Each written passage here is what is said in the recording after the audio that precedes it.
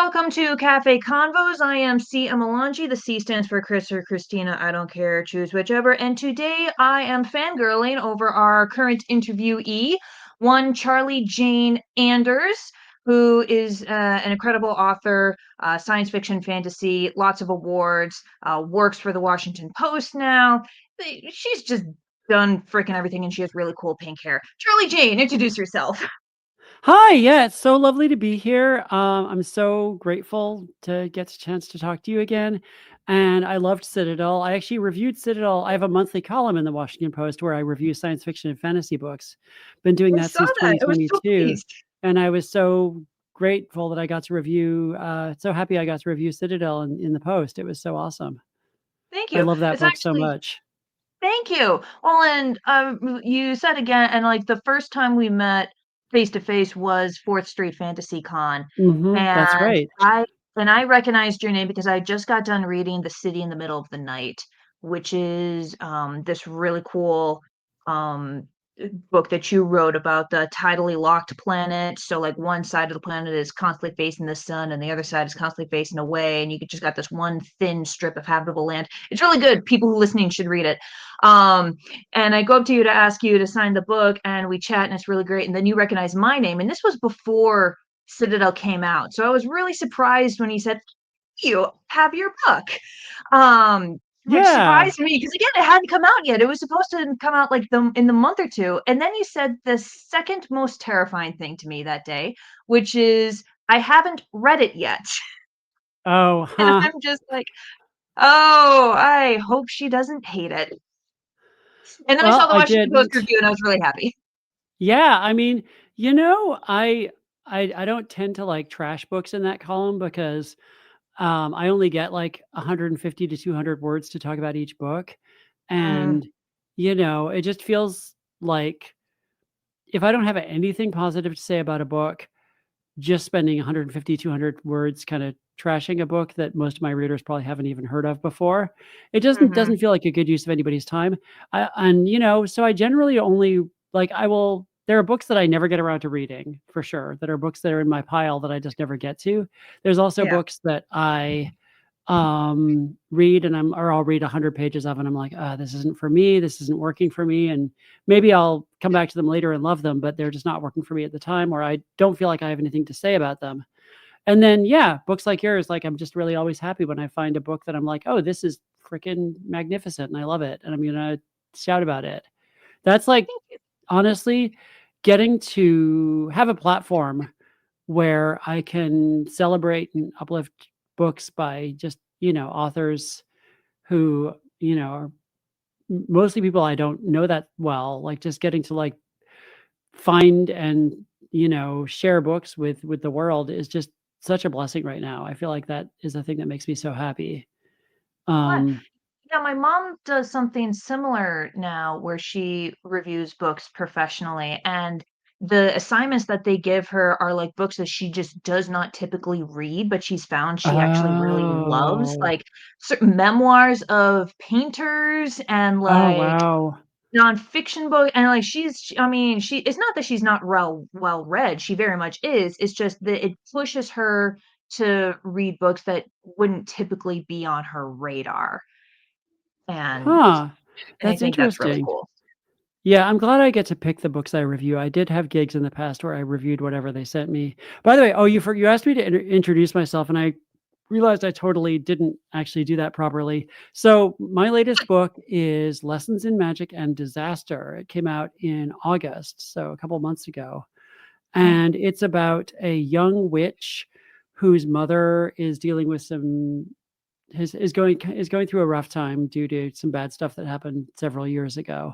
And so the main character, Jamie, decides to teach her mother how to be a witch in order to help bring her mother out of her depression. And unfortunately, it leads to some complications because magic is complicated. Mother-daughter relationships are complicated. Mhm. Jamie doesn't know the whole story about what happened with her mother. And so it's about like this queer family. The mom is a lesbian, the daughter is trans, and it's about healing and learning to understand your mother better as like a person, rather than just like a mythological figure in your life. Gotcha. I taught my mom how to crochet to get her out of boredom in the pandemic, which is basically the same thing. Yeah, no, that's basically you lived my story. You did. That's awesome. I feel like we all like I had a very intense relationship with my mom during the pandemic for a bunch of reasons. I feel like a bunch of us had to like kind of reconnect with Mhm, family members during definitely. that time. And that's definitely where this book comes out of is that, you know, dealing with some really heavy stuff and trying to help your loved ones deal with it. And it's hard. Yeah, no, it is, and I definitely lucked out because, I already had pretty tight knits with my family, and so when I crashed at my parents' place to quarantine with them, um, rather than my tiny two-bedroom apartment with 2 other people, um, it was definitely a lot easier. We all made out pretty well with that. So glad to hear that. That's amazing. Yeah, I did not quarantine with my mom. I was just talking to her on the phone all the time. Yeah. Well, I And was yeah, mostly here because my mom likes cooking. nice. So, That's didn't have to that's pay for good. groceries, didn't have to cook. It was great. Yeah, no, that sounds like a nice setup actually, and I'm glad that worked out. Yeah. Ah, man, that was feels like a long time ago, but also feels like it just happened. It was only Yeah. 5 years ago, and, like, Yeah. so much has happened, like, globally, personally, professionally, Mhm. everything is just it's insane, and I study history, like, that's my bachelor's degree, like living in historical times. There's there's a lot going on. Yeah. It is definitely like history has kinda kicked into overdrive the last, like, I would say 20 years. It's just been I mean, history never stopped racing Mhm. forward. It's just that there are times when certain groups of people are sheltered from that, and, Yeah. definitely in the United States, there were some people who did not have to feel like, you know, I'm I'm old enough to remember in the early '90s when they said, "It's the end of history. History is over now because we defeated the Soviet Union," and it was like, "Yeah, you foolish children." I mean, I was basically a child at the time, but, I was like a young adult, but it's like, no. Yeah. That is not how anything works. Yeah, but anyway, so actually history is a part of my book. I'm just gonna talk about my book for, like, another 2 minutes. That's half the You reason you're know here. yeah, and, like, basically, so, it started out as being just like a book set in the present day about this mother and daughter, and also the daughter has a partner, a non-binary partner who is an economics student who doesn't know that Jamie, the main character, is a witch. But it kinda turned into a book about history in a weird way, like, because I found that nobody really understood the mom unless I gave a lot more flashbacks into the mom's past, and so I kinda wrote an extra, like, huge chunk of the book in a hurry that was just, like, the mom in the 1990s and the 2000s and the 2010s, getting together with her wife and having this kid who turns out to be trans and dealing with raising a trans kid in the 2000s and 2010s and just dealing with being a parent and being a lesbian and like, dealing with all the stuff. And what I found when I went back and researched like what lesbians were dealing with in the 90s and 2000s, I found it was so similar to what trans people are facing in the 2020s. Like Mhm. it's just exactly the same shit, different decade, different group being targeted, but exactly the same rhetoric, the same strategies, the same bullshit. And like, it's just it doesn't actually change. The struggle doesn't change. But also, meanwhile, Jamie, my main character, when she's not teaching her mother how to be a witch, she's a graduate student researching 18th century literature. She's working on her PhD dissertation, and she's obsessed with this book that I invented from 1749 called Emily. And originally, that was just like a little bit that kind of popped up every now and then. It was like, "Oh, yeah, she's still researching the 18th century literature when she's not dealing with all this other stuff."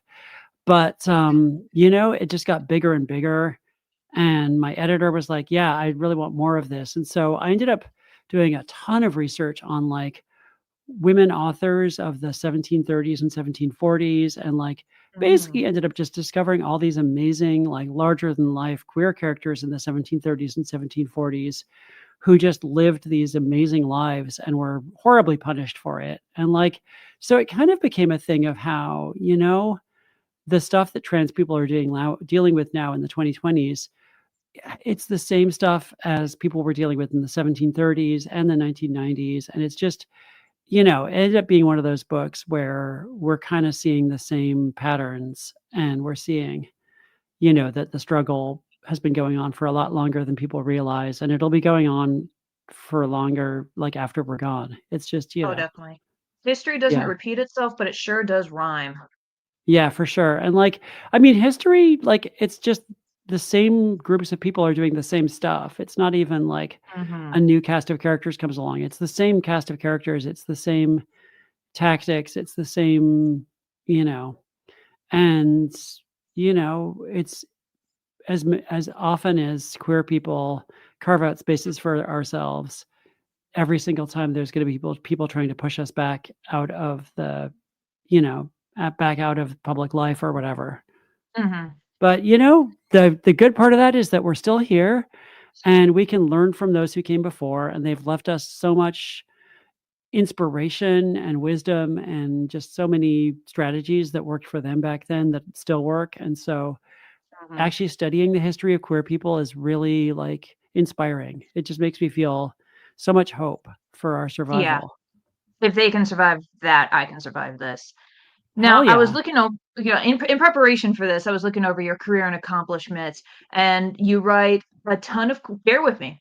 You write a ton of queer fiction. You organized monthly trans nerd meetup. You even once made a satirical website called godhatesfigs.com, Mhm. which won some online awards. Now, this may be a bit of a stretch. Are you queer? Yeah, yes, I am. I am very, very much so, have been for a real long time.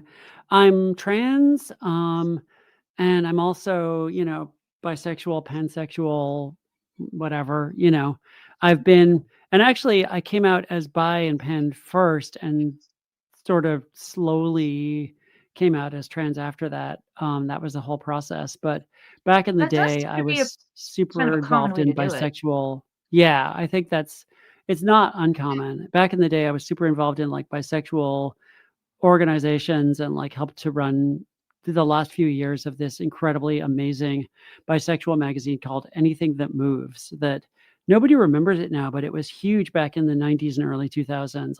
I got involved in like 99 when it was kind of in its final incarnation. But yeah, it Well, was it I was a don't remember that, but that's because I was 4. oh my gosh. Yeah, I yeah. Yeah, I mean, it was there's nothing like it now, like, I mean, partly because print magazines aren't really a thing anymore, but it Mm, was in every bookstore, every record store, every, like, news magazine stand. It was, like, all over the country, people in, like, the super, rural areas could still get a copy, and it was this, like, super queer, super political magazine about bisexual liberation, and think all the issues have been digitized and you can read them online now. I'm sure some of it has aged badly, but, I'm I still super mean, proud to have been part of it. that's the way all media is after a while, Yeah. like, even classics, and it's not even like there's aging badly in a sense that, like, it becomes kinda cringe and, like, Mhm.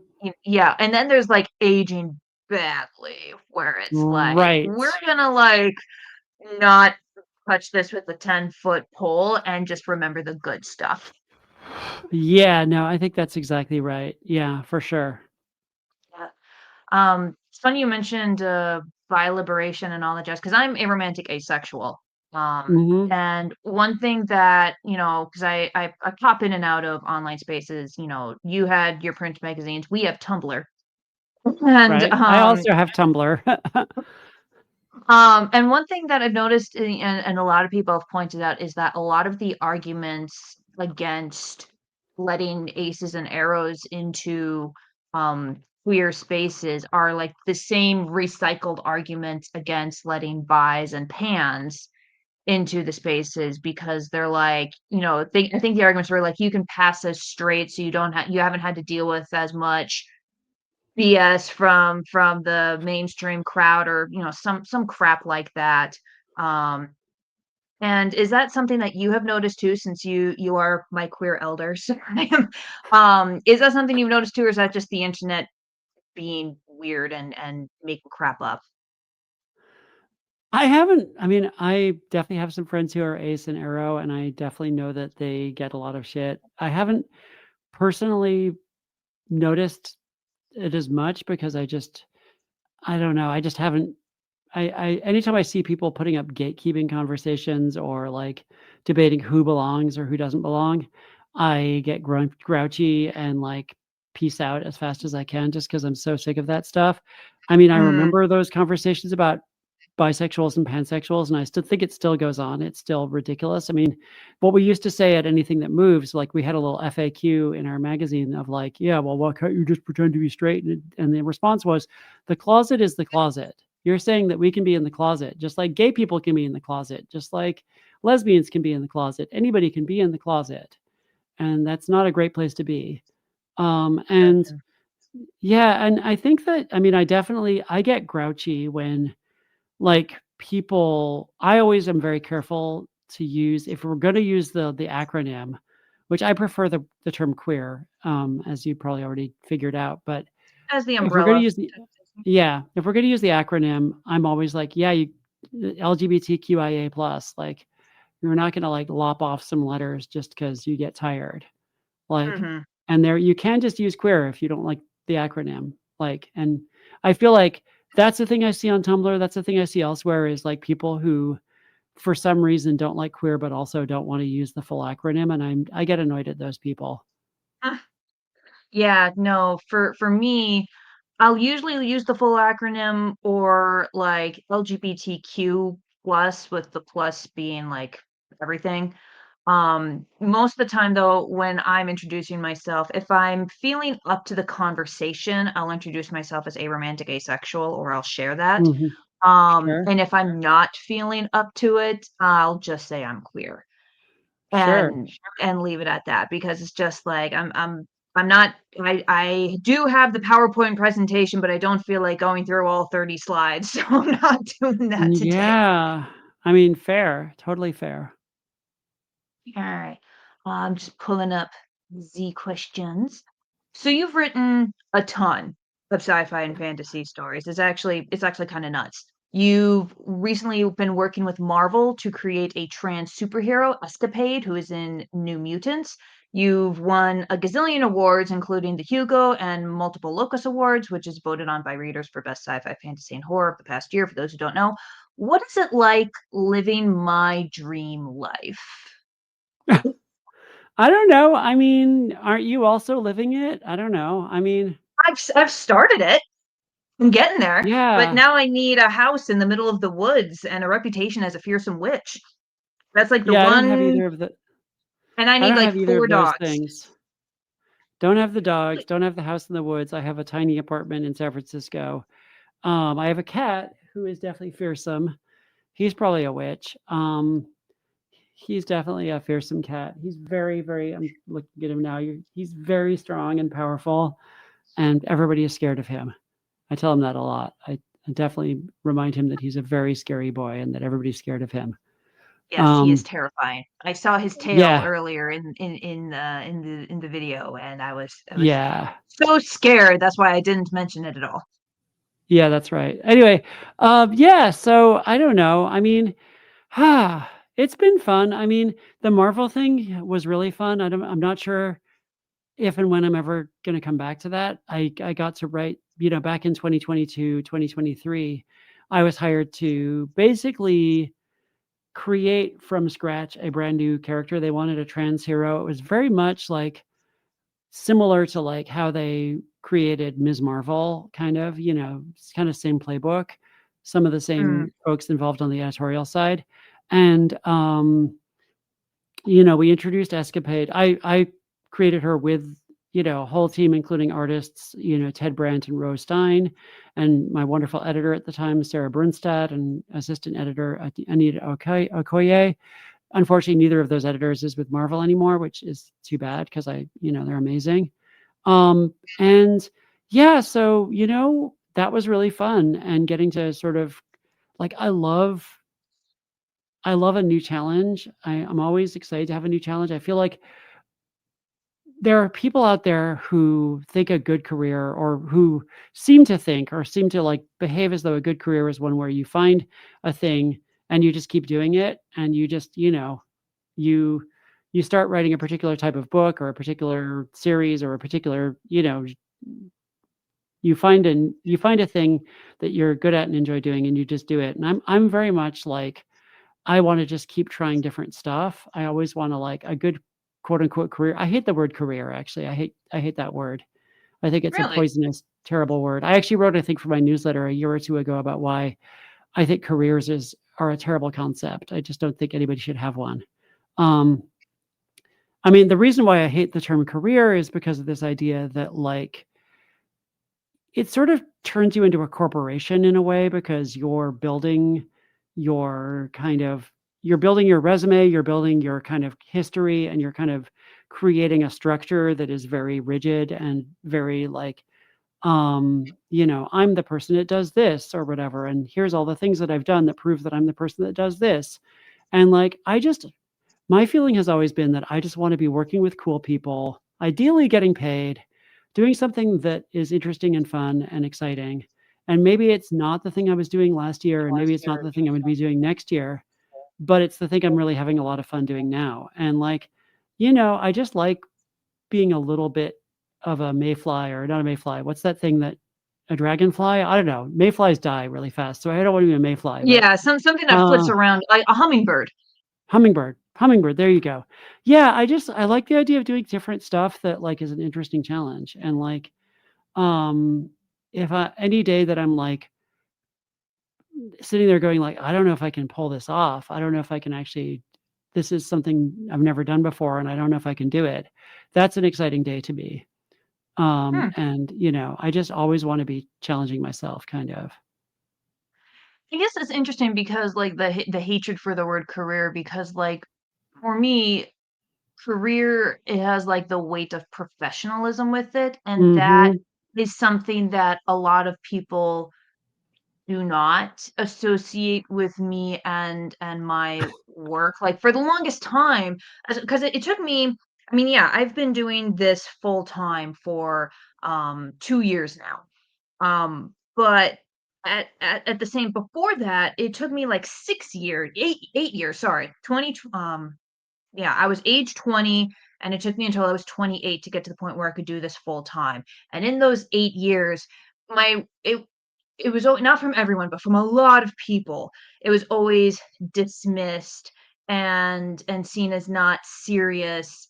Um, and it was just like, oh, she's just writing stories. Oh, she's just on her little Hmm. Instagram type of Oh, thing. So sure. like it for me, it's like, yes, I have a career in this because the weight of that word brings with it, I am a professional. I make good stuff and I get Hmm. paid for it. I am able to make my whole living off of this. This gives me the freedom to do more of what I love and anything else that I want to do. So I don't know. I get you. I understand and I respect the hippie vibes. I totally get that. It's Oh just my it's just God! for Don't call me me. a hippie. Oh no. It it is given 80s 90s hippie, but Oh, and okay. I mean that with all the love because we love hippies and they like got shit done. Um, but yeah, Yeah. no, I for mean, for what you're me, saying is it kind of cures imposter syndrome for you, kind of. yeah, I think it does, and especially with my generation of how much of my career was on TikTok. When I say I make my living off of TikTok, making that type of content, a lot of people my age or younger are like, "That's so cool, that makes sense." But so many other people my age or older are just like, "Oh, so you don't really have a real job." It's like, Oh my God. "Yes, I do. It's my career." Boom, Yeah. jump I off a mean, cliff. I quit my day job like like 7 years ago, 8 years ago. I quit my day job, and because All the Birds of the Sky came out and it did super well, and I was getting all this other work. Like I did some work in television. I was doing this and that. I was starting to work in comics, and I was just like, screw it, I'm quitting my day job. And there was this fear in the back of my mind that, like, oh my gosh, I'm giving up a steady paycheck and benefits, and, Mm. What this could was the end job? badly.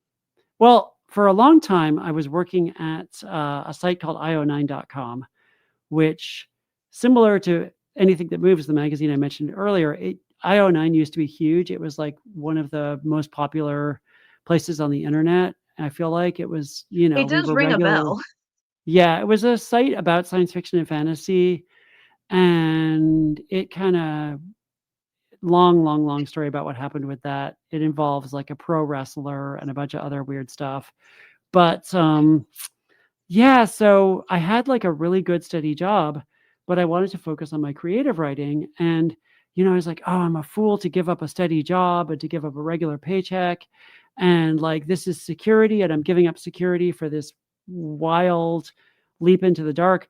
But what I was going to say is that since that happened, since I quit my day job, it's become so obvious that nobody has security, nobody has a steady job, Mhm. nobody has a safe, like, landing place. There's no gig out there that's going to make you, like, everybody who thought that they were just creating a stable place for themselves is just screwed. And like, yeah, your TikTok stuff might go away, but that's what's already happened to all of these like amazing media jobs that people had at like big legacy companies. Like if you worked Mhm. for, you know, some giant like corporation, you probably already would have been fired like 5 Yeah. times over, like, because nobody gets to keep their job anymore. And so there's I think people have to stop thinking in terms of like, well, what's the path that gives you the most stability and security? Because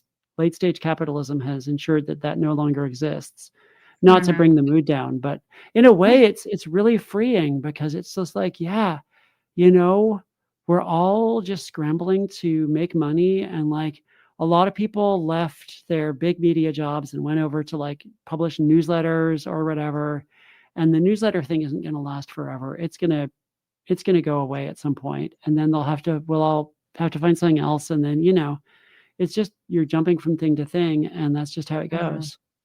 And I would argue that, like, my career as a content creator actually lets me be more stable than I was before, because the thing with being a content creator, and you probably get this too, being a writer, is that I don't just get one paycheck from one source. I have multiple income streams. And yeah, TikTok is a big one, but if that goes down, I still have YouTube, I still have Patreon, I still have my merch, my books. I can pick up sponsorships. Like Mhm. it can handle a lot, it can survive more earthquakes than a lot of other people. I've started to realize that. And like, and I was with you in the same boat, because before doing this full time, I worked at a deli. If you're ever in Minnesota, specifically near the Twin Cities, there's this town named Egan. Um, the deli is Briano's Deli Italia. It's a really good Italian place. Great sandwiches, incredible Oh, I think pizza. I went there. I think I went there for a sandwich once. Oh, well, like behind the gas stations? Is it near the state fairgrounds with all the, like, creepy No, that's abandoned buildings? Nelson's. That's Nelson's Cheese and Deli, where I also used to work because I went to Hamlin. Okay. I had that Yeah, job that's for where a I few got a months. sandwich, because we went and I was at a convention and we went out. They were like, "We're gonna get a really good sandwich. You're gonna love this place." And then they drove me to nearby this abandoned, at least it was abandoned at the time. It was off season, I guess. This Mhm. fairground full of these like giant, creepy, empty exhibits and stuff. Yep. That's the fairgrounds, like, 7 months of the year. Oh And yeah, right it was across the like street is the Nelson's Cheese and Deli, which is another really good place for a sandwich, by the way, if you anyone listening, if you're in it St. was a Paul. darn good sandwich. Darn good Yeah, sandwich. I they mean, do I good gotta stuff. tell you, the Twin Cities punches way above its weight class in terms of food.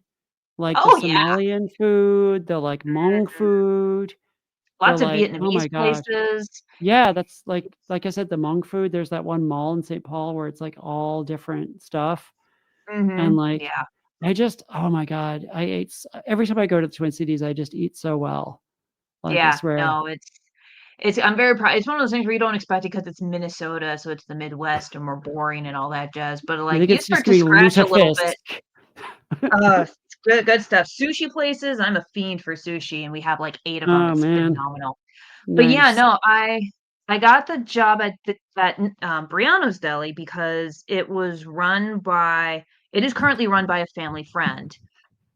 And You can keep talking, I'm just getting yeah, water. that's totally fine. I got a loud mouth and you got earbuds. So I was working. I got the job at Briano's from a family friend who runs it because my unemployment from the pandemic ran out, and they paid me enough that I could work there part time and still pay all my bills. So I had a lot of extra time to spend on writing and content creating and figuring out social media and all that jazz. And I worked there for 2.5 years, slowly building my TikTok, my YouTube, polishing up Citadel, getting the contract for Citadel, writing The Witcher Trace with Death, like all of these things. Um, and then Cafe Latte hit, and I got to the point where I was making actual money from from the internet rather than just like, 20 bucks here and there. And it's like, okay, as tempting as it is to quit now, I need to make sure that this is something that's going to keep happen. Like I need to be able to see, the amount of money that I need for all of my living expenses plus extra for like 3 to 6 months and before I can even consider dropping the deli job. And Right. that's exactly because and that was like the information that like, one of the biggest tips of like, so you want to start a career in content creation or writing, make sure you can actually make the money. Um, and what I did was I gradually tapered off. My managers and coworkers knew exactly what I was doing. I did not hide any of this. Nice. And so I went down from like, I had been working 25 to 30 hours every week. And then after the first month or so of Cafe Latte, I went down to 20 to 25, and then 15 to 20, and then 10 to 15 hours. Putting less and less time in Briano's and more time on the content creation and the writing. And when that worked and continued to work really, really well, my birthday present to myself when I turned 28 was putting in my 2-week notice. That Nice. is when I was able. So I had the benefit of being able to very gradually lift off of off of that and move my weight that way. But at the same time, I still go there for sandwiches and pizza. And the managers are still there and they still know me. So if this crashes and burns, I can go back to the deli and be totally fine. Yeah, that's good to have, like, a plan Z or whatever.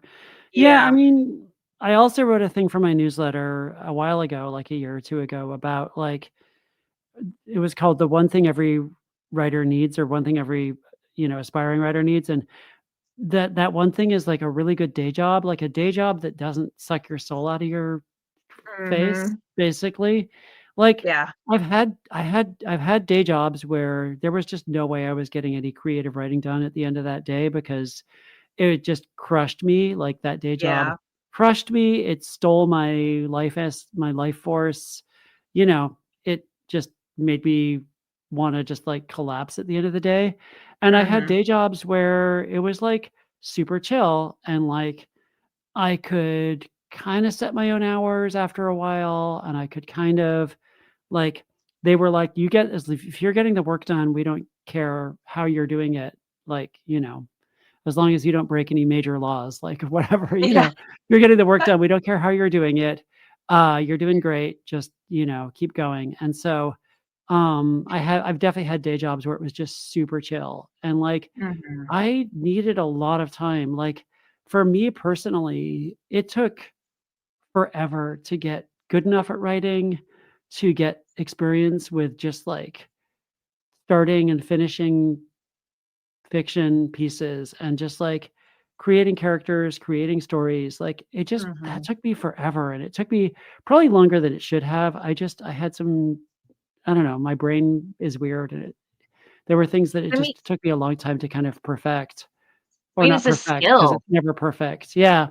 Yeah, It and I took me think that's longer what a than lot. I mean, yeah, I'm jealous of some people who, like, they're, like, in high school or college, and they just publish their first book, and it's just like they're off to the races. Although, Mhm. I feel like sometimes that can backfire because you get success really quickly, and then you have to keep it going, and, like, Yeah. I feel like I benefit in some ways from having had, at least this is what I tell myself, because obviously I have to rationalize it somehow. I feel like I benefit sometimes from having had a long apprenticeship and having spent a long time kinda, like, making mistakes and screwing up without anybody really Mhm. getting to see what I was doing. And, I tried a lot of different things, and again, I like to try lots of different new things, and kind of found out the hard way what did and didn't work for me. And so I feel like it was good Mhm. in that way, but it was a long, Honestly, long, yeah. long time. I start writing became my serious passion, and I started doing it when I was 12. Mhm. And I think of the stuff that I was writing in as a teenager, in high school, in college, and I'm very glad that only a few things got published and that it was under a different pen name. Because looking back on it now, it's like it's not that they were bad, it's just that the the skill difference that a decade of work and life experience and practice and learning has made, it's a huge gulf. So, at the time, yeah, I was I was impatient and I was like, "I want to be a full-time author now, I don't wanna have to work a day Mhm. job." But now Right. looking back on it, I'm very grateful that I worked those day jobs, especially stuff with, like, the food service, like the deli, because a lot of the experiences I had there went right into CaFae Latte. And that's Mhm. why it connects with so many people because, like, we're pulling from real food service experiences that I have had to deal with. We're just throwing fairies and vampires into the mix now, Nice. which is really Yeah. fun. Real world mixed with wish fulfillment. But it seems like you were doing a lot of, like, even before you were publishing and writing books with sci-fi fantasy, working IO9 and the magazine, it seems like you were always in the creative writing spaces. Yeah, I mean, I was lucky that I did have writing jobs, like journalism, but also other stuff, like going Mm, way back. Like when I talk about day jobs, like these were pretty much like, I mean, I had a ton of jobs that were just like random, like office jobs, warehouse jobs. I worked in a mhm. bookstore. I did, work Ooh, in, bookstore. That's the dream job. various customer service. That bookstore job was terrible, unfortunately. It was the worst. Aw. Various customer service jobs, various, like, random, like, that was, like, early on, I had a ton of, like, for a few years, I had some really weird, terrible jobs, but, some of them were actually super fun, but some of them Mhm. were really, really weird and terrible. Um, but yeah, no, I did get to work in journalism and kinda writing from from fairly early on, and so when I talk about day jobs, it was writing jobs. It was like, yeah, it was Mm. different writing jobs. No, I get that. There was, one time in one of the jobs that I had in college was being a ghostwriter, which almost killed my love of writing.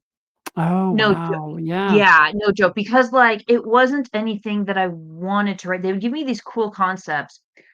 First of all, finding a ghostwriting job for fantasy and sci-fi, which is what I do and am passionate about and excel at, is very difficult because most people want the ghostwriters for autobiographies and memoirs and stuff like that.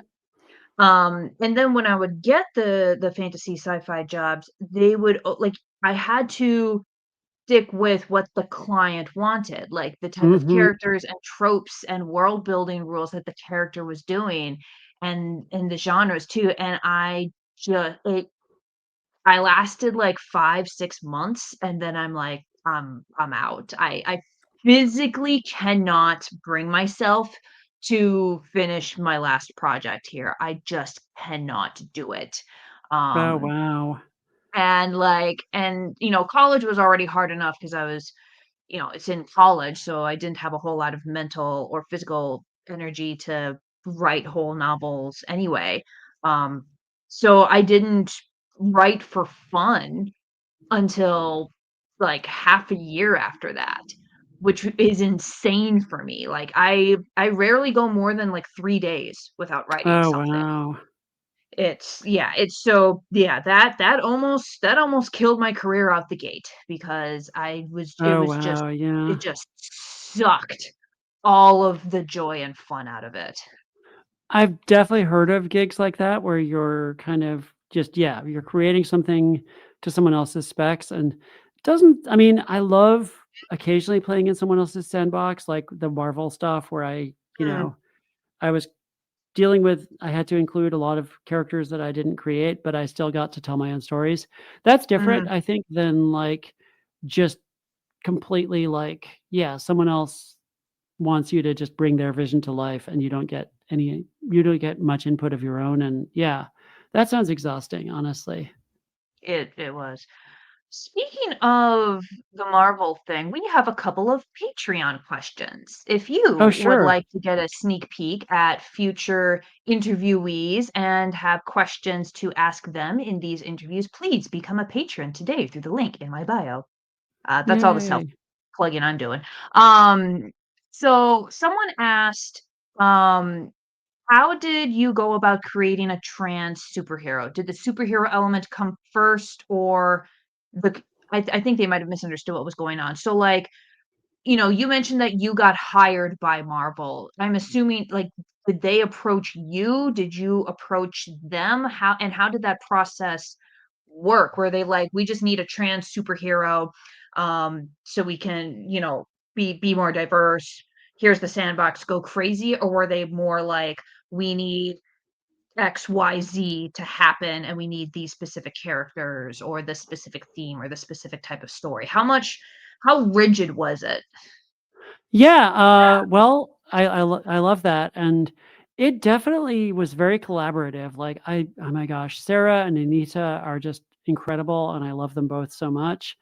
Um, basically, I mean, getting a little bit in the weeds here, like I mentioned that they were kind of wanting to do something similar to what they had done with Ms. Marvel, Kamala Khan back in the day, and, like, Mm, originally, like, I mean, definitely Marvel approached me. I would not know how to approach Marvel, like, I wouldn't know how to, like, even get my foot in the door. That's the kind of thing that they have to come to you, you don't come to them, and mm, so, I was having conversations with folks at Marvel going back to, like, I don't know, I wanna say 2016, 2017, including folks who we had conversations, then they left the company, nothing came of it, and so I was like, "Well, I guess that's not happening." And then, um, at a certain point, I wanna say 2018, I started having more conversations with a different group of people at Marvel, which included Sarah, but also her boss at the time, Wilson Moss, and we were talking about the you know, I did few short things for them, and we were talking about me creating a trans character, and originally, it was gonna be one of the Inhumans they were doing a lot of with the Inhumans at the time, and so my mm. first concept was, the Inhumans, there's a thing where people genetically inherit, like, being one of the Inhumans, but it's not activated unless you go through this special mist, and that gives you your powers, and so I had a whole complicated idea in my head about how that could work with a trans character specifically, and, like, the notion of someone transitioning, but also this mist that's another form of transformation. So that was the thing that I was and Mhm. then we kinda we kinda dropped it and nothing came of it, and then flash forward to, like, 2022, once again, they were like, Can you we're coming back to this idea of creating a trans character. This time, we don't want her to be an Inhuman, we want her to be a mutant because we've moved away from the Inhumans and we're back to the X-Men." And so, okay, I was like, "No more mist transformation, none of that stuff," leaving that aside. And they pretty much gave me, like, total free rein, and I had some ideas that I'd had in my back pocket for a long time. The thing that was super important to me, like, from the get-go with this character and I really wish people could read the issue where we introduce her because it's one of my favorite things I've ever written. If you have the Marvel Unlimited thing where you could read any Marvel comic for free because you pay, like, a monthly or yearly, Mm. My mom does that subscription. because she's a huge comic book geek, and she especially loves X-Men and mutants. Okay. So she's Well, if probably read what you've written. She's probably read I more mean, of your stuff than I I might have have. read some of it, yeah. So if you can, listeners, if you have Marvel Unlimited, please go back and read the 2022 Pride issue, which was like they put out an annual Pride special. And I got 20 pages to introduce Escapade in there, and we did all this wild stuff that I'm still super proud of. But anyway, one of the things that was super important to me from the jump, once they were like, okay, your character's a mutant and she's trans, and or they didn't even say she had to be a she, but I wanted to do a trans woman because Mm, that's who I am.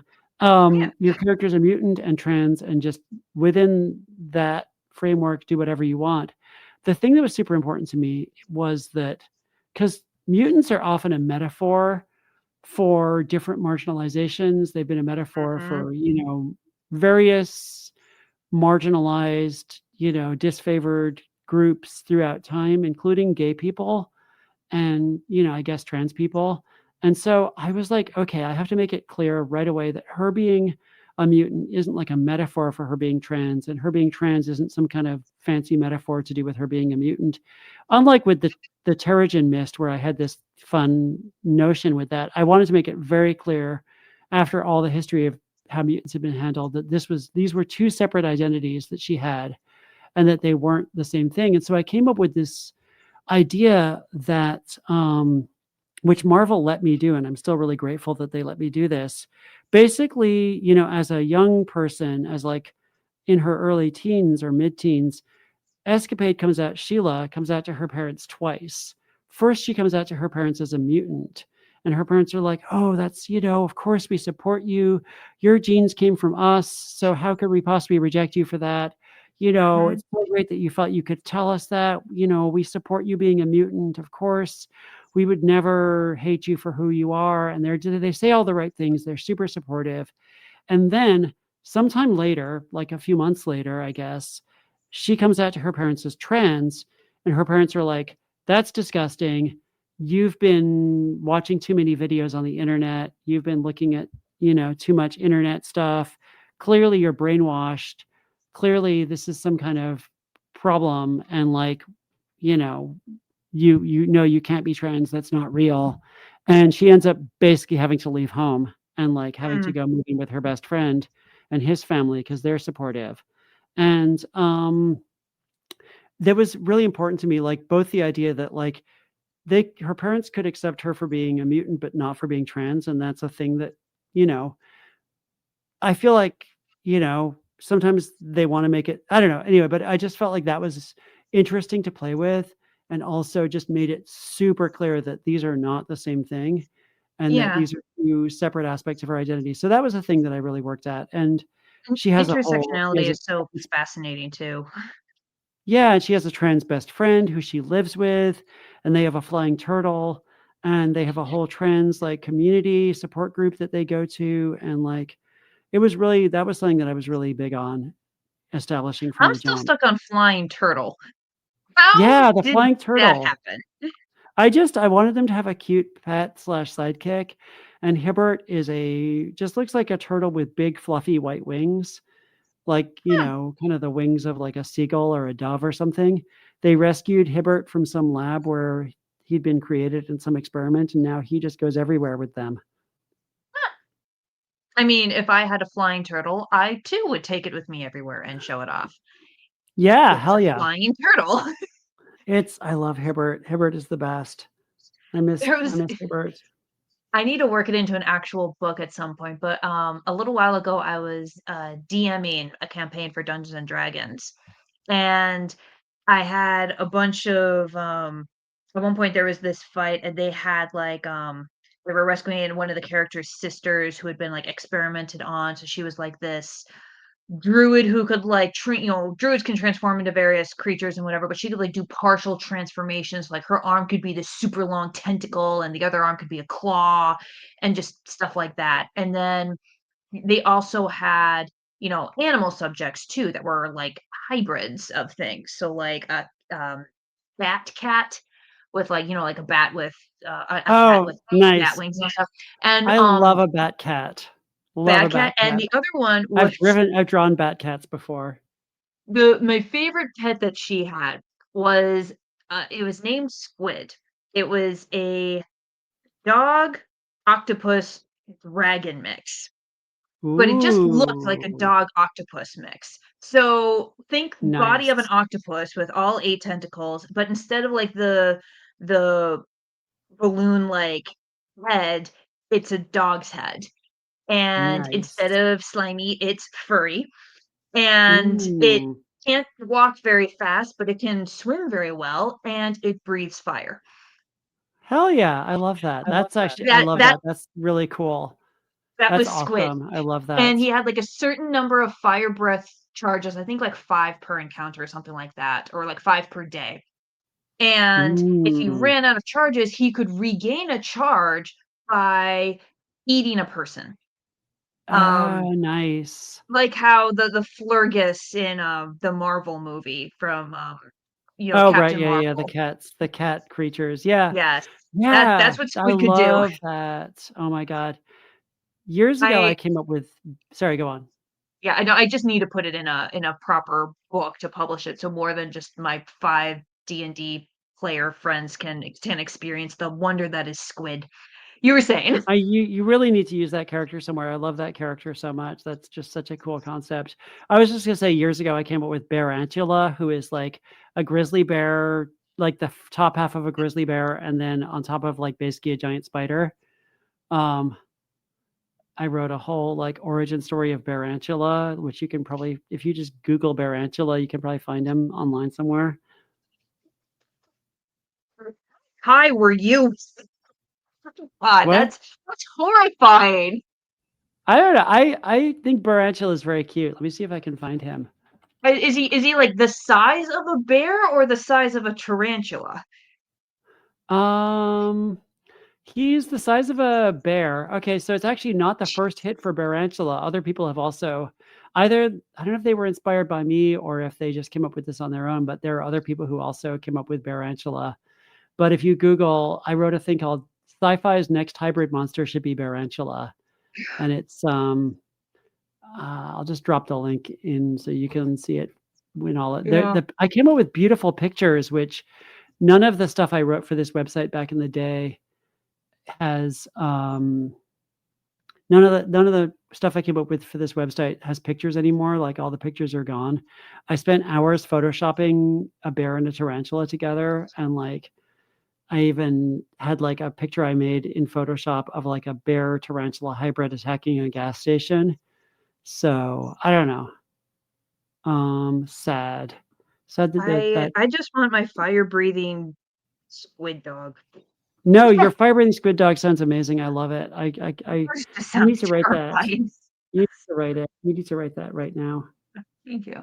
Um, Another Patreon question. Uh, someone said maybe it's too basic, but when you started writing queer fantasy, what did she want to see happen? Were there any specific goals, or were you just writing queer characters in sci-fi fantasy because you wanted to see queer characters in sci-fi fantasy, or just Yeah, were having I fun? mean, I was definitely having fun. I feel like having fun is if there's one thing I want people to know about me, it's that I try to have fun as much as I can. Like, which is part of why I don't like that notion of like you do a thing and you just keep doing it. I'm just like, no, I'm just whatever is fun right now is what I'm going to be doing, even Mm. if nobody else understands it sometimes. But yeah, I mean, oh gosh, back in the day, and we're talking early 2000s again now. I was part of a whole queer literary scene in Boston, but also mostly in San Francisco. And I would go to queer open mics and queer readings and queer things. And like, there used to be like a weekly queer open mic here in San Francisco at this bar called Sadie's Flying Elephant, where like some of the most amazing queer writers I've ever known would just show up every week and read something like 5 minutes. Everybody gets 5 minutes, except for whoever's the featured reader. And like you would just read something new for 5 minutes and to an audience of like, your peers, but also some incredible writers would just hang out there. Like, I Hmm. swear to God, I was at Sadie's Flying Elephant for the queer open mic, and sometimes you would just there'd be Ntozaki Shange who hanging out in the back, just kind of chilling and soaking everything up. The author of For Colored Girls Who Have Considered Suicide When the Rainbow Is Enough. She was just hanging out. I got to chat with her a bunch of times, which was incredible. But just like other, like some amazing queer authors who are legends, especially now. And so I would just show up every week or as many weeks as I could and just bring something new to read to the group. And often as not, it would be something weird and fantastical and silly. And that was part of my motivation, was just to have something fun to share with my community. That and I feel like that's usually been what it's been about when just in general with my writing, but especially anything queer, is just like writing something that I hope my my peeps will appreciate, Yeah. and that was such a blessing to get to just read to an audience every week, like just 5 minutes of here's what I'm on right now, you know. Yeah. No, I get that.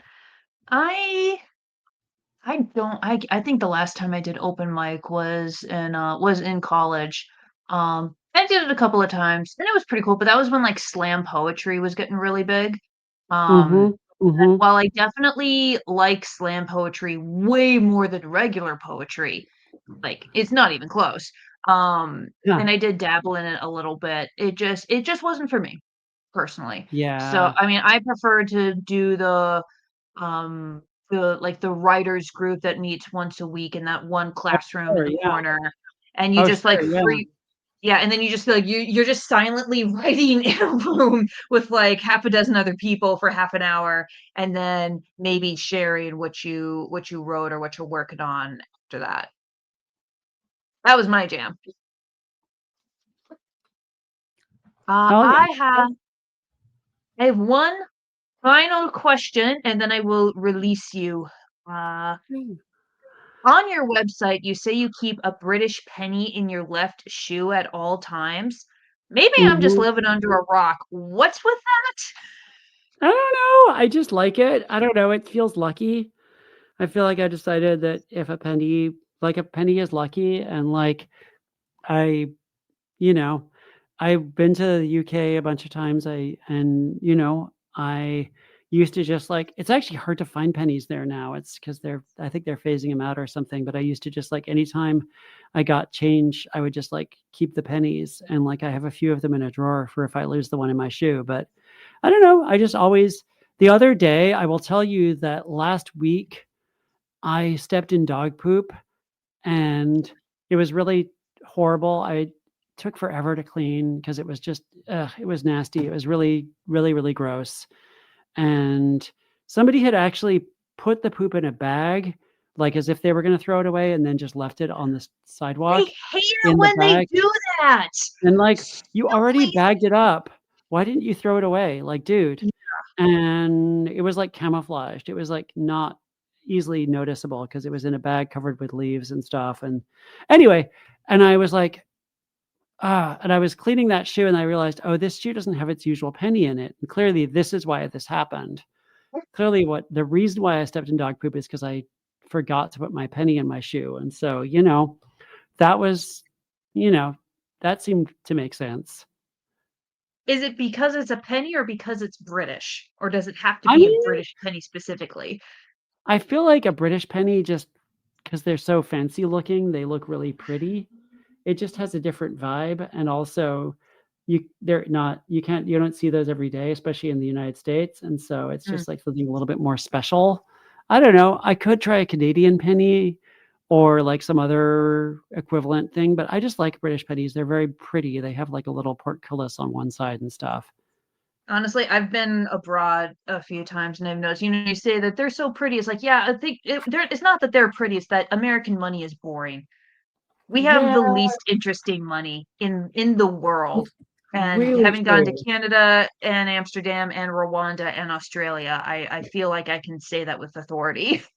Yeah, no, American money is super boring and just especially it's gotten more boring, I feel like, Mhm. in the last, like, I don't know. It just it doesn't look interesting. I don't like it.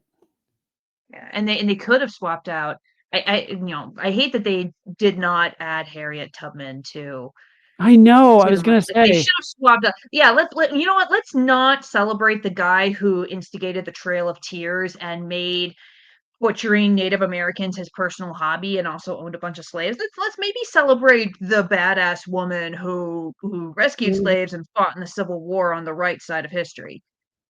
Yeah, I Jesus feel like Christ. that is a frickin' scandal that we didn't get that. That makes me so I was gonna bring that up, I'm glad you did, and yeah, oof. I mean, I will say, I'm trash talking American Money. If anybody has American Money that they just after listening to this, they just can't stand to look at it anymore because it's so ugly and boring, you can send it to me. I'll handle it for you. Like, I will happily accept your unwanted American Money because, or you could take it to your local bookstore and buy Lessons in Magic and Disaster, and it'll get rid of some of that ugly American Money that we don't like. Yeah, absolutely, absolutely. On that note, you can also digitally buy it through I'll link up her website in the description of this Yay! video. Um, that Yay! is all the questions I have. Thank you so much, Charlie Jane, for Yay, thank chatting with me you. this afternoon. Thanks for having And me. This was so I would fun. say stay warm because I'm in Minnesota and the temperatures are starting to dip, but you're in San Francisco, you're fine. It does get cold here, but it's not quite the same, yeah. Anyway, stay safe, and thanks for having me. This was so much fun. All right, bye, lovelies.